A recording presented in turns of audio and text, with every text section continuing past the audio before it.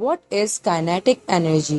Kinetic energy object की वो energy होती है जो कि उसके मोशन की वजह से प्रोड्यूस हो। अगर कोई ऑब्जेक्ट मूव कर रहा है सेम वेलोसिटी के साथ तो उसकी काइनेटिक एनर्जी सेम और मेंटेन रहती है। किसी भी ऑब्जेक्ट की काइनेटिक एनर्जी हम कैलकुलेट कर सकते हैं उस ऑब्जेक्ट की वेलोसिटी या मास की मदद से। जैसे कि आप इस इक्वेशन में देख सकते हैं वेलोसिटी के ऊपर स्क्वायर मौजूद है जो कि इस बात को इंडिकेट कर रहा है कि काइनेटिक एनर्जी पे वेलोसिटी का एक सिग्निफिकेंट इम्पैक्ट है।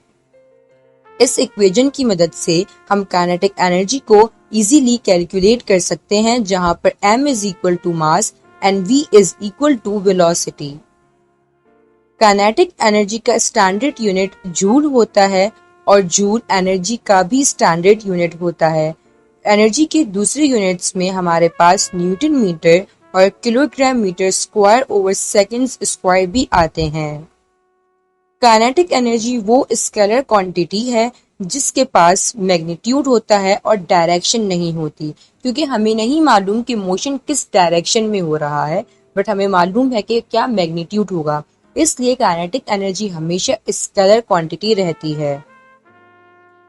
काइनेटिक एनर्जी किसी भी ऑब्जेक्ट के मोशन की वजह से अकर होती है, जबकि पोटेंशियल एनर्जी किसी भी ऑब्जेक्ट के पोजीशन और स्टेट की वजह से होती है।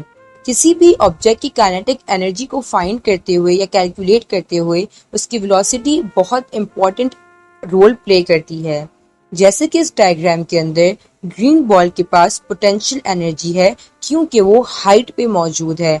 अभी हमने बात की कि पोटेंशियल एनर्जी पोजीशन और स्टेट की वजह से होती है, तो पोजीशन उस बॉल का क्या है, हाई, और वो हाइट की वजह से ग्रीन बॉल एग्जिबिट करेगी हमारे पास पोटेंशियल एनर्जी, जबकि purple ball kinetic energy exhibit करेगी क्योंकि उसकी वेलोसिटी की वजह से वेलोसिटी के साथ नीचे गिर रही है, तो इसलिए पर्पल बॉल के पास काइनेटिक एनर्जी होगी।